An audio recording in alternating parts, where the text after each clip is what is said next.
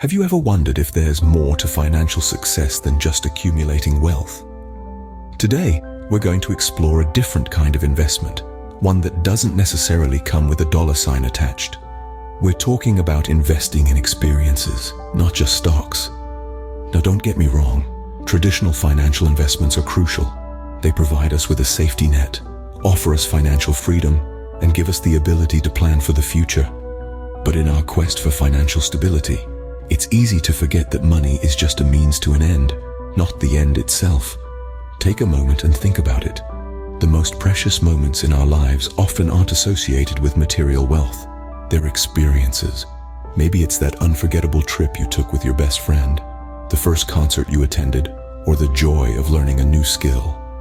These are the things that enrich our lives, that make us feel alive. I remember a time when I had to choose between investing in a promising stock and going on a trip with my friends. I chose the trip. Did I miss out on the potential financial gain? Yes, but the memories, the laughter, the bonding, these were priceless, and they still bring me happiness today. Investing in experiences means prioritizing personal growth, happiness, and fulfillment. It's about understanding that life isn't just about financial success, but about creating a rich tapestry of experiences that give life its true value. It's about creating a balanced life, where financial security and meaningful experiences both have their place. So next time you're planning your investments, consider setting aside a portion for experiences. Whether it's traveling, learning a new language, or picking up a new hobby, these experiences can provide you with a different kind of return, a richer, more fulfilling life. Remember, investments don't always come with a dollar sign attached. Sometimes the best investment you can make is in your life experiences. Did you know that the most powerful word in your financial vocabulary might just be no? Let's dive into the concept of disciplined spending. It's not just about cutting back or pinching pennies. It's about making intentional choices with your money, choices that align with your long-term financial goals. It's about having the courage to say no to unnecessary expenses. Imagine you're out shopping and you spot a gorgeous pair of shoes. You're tempted, oh so tempted, to whip out your credit card and buy them. But then you remember, you're saving for a down payment on a house.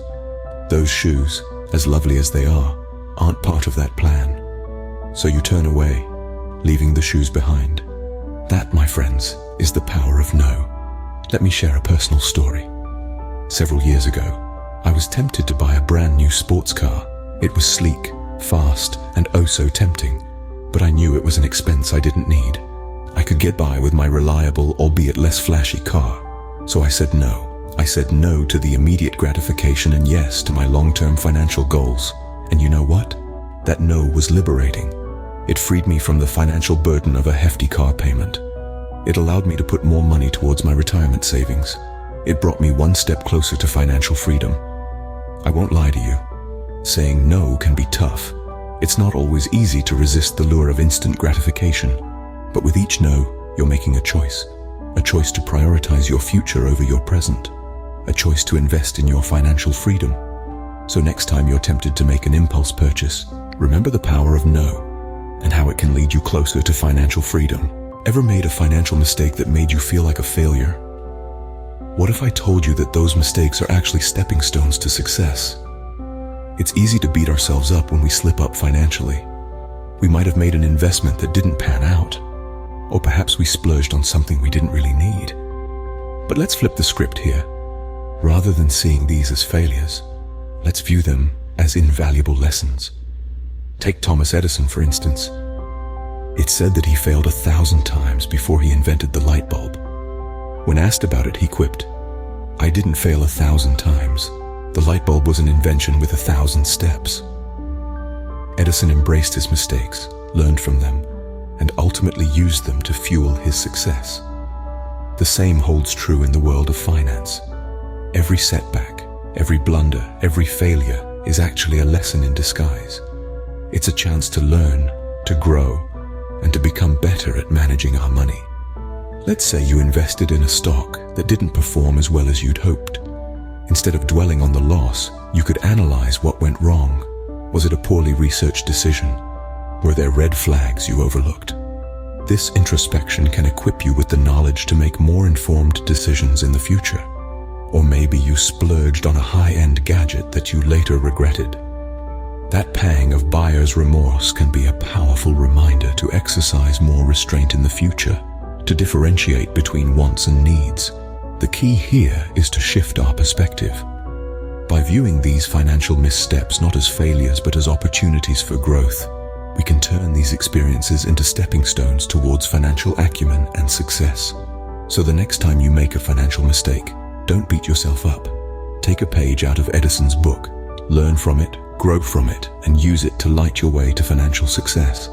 So don't shy away from mistakes. Embrace them, learn from them, and watch how they pave your way to success. When you hear emergency fund, do you only think about money? What if it's more than that? An emergency fund is typically seen as a financial safety net, a stash of money set aside to cover the financial surprises life throws your way. But it's more than just a monetary buffer. It's also a psychological and emotional safeguard, a peace of mind provider, and a stress reducer. Consider the feeling of knowing you have a fallback, a cushion to soften the blow of unexpected expenses. This isn't just about having the financial means to resolve the issue. It's about the comfort and reassurance that comes with being prepared. It's about the peace of mind, knowing that even when life throws you a curveball, you're not going to strike out. Picture this. You're driving home from work, and out of nowhere, your car breaks down. The mechanic tells you that the repair will cost a few $100s. Now, if you don't have an emergency fund, this situation could cause a lot of stress. You'd be worrying about where to get the money, how to get to work, and how to manage your other bills. But if you do have an emergency fund, you're still not thrilled about the car trouble, but you know you can handle it. You know you won't have to go into debt or sacrifice other needs to cover this unexpected expense. That's the power of an emergency fund. Let me tell you about a time when my emergency fund really saved the day. A few years ago, I lost my job unexpectedly. It was a tough time, and there were many uncertainties. But one thing I didn't have to worry about was how I was going to pay my bills while I looked for another job. My emergency fund provided me with a safety net that allowed me to focus on finding a new job rather than stressing about my finances. Your emergency fund is more than just money in the bank. It's your safety net, your peace of mind, your key to handling life's unexpected twists and turns. How often do you think about your social connections as a form of investment? Well, it's about time we challenge the traditional notions of wealth and success. We're not just talking about financial capital here, but social capital. You see, our relationships, our networks, our connections to the community, these are all forms of social capital. They are valuable assets that can open doors to new opportunities, collaborations, and support systems. They're like secret keys we carry around, often unaware of their power. Let me share a personal story. A few years ago, I met someone at a conference. We didn't talk business, we just shared stories, laughed, and connected. Fast forward a couple of years, and that same person introduced me to an incredible opportunity that changed my professional life. It wasn't my financial capital that opened this door, but my social capital. This isn't an isolated incident. Ask any successful individual, and they'll tell you how their relationships, their networks have played a crucial role in their journey. It's the people who support us, who share their knowledge with us, who introduce us to new perspectives. These are the ones who enrich our lives. They are our social capital. Think about it this way. You wouldn't ignore your financial investments, would you? You nurture them, monitor them, and value them. The same should apply to our social connections. And the beautiful thing about social capital is that it's not a zero-sum game. You don't lose when others gain. In fact, the more you give, the more you gain. It's the law of reciprocity. By helping others, by sharing your knowledge, by lending a hand, you're not just building your social capital, you're also enriching the community around you. So next time you're at a gathering, a meeting, or even just a casual coffee date, remember this. Every person you meet is a potential addition to your social capital. Engage with them, connect with them, learn from them. So remember, your social connections are just as valuable as your financial investments.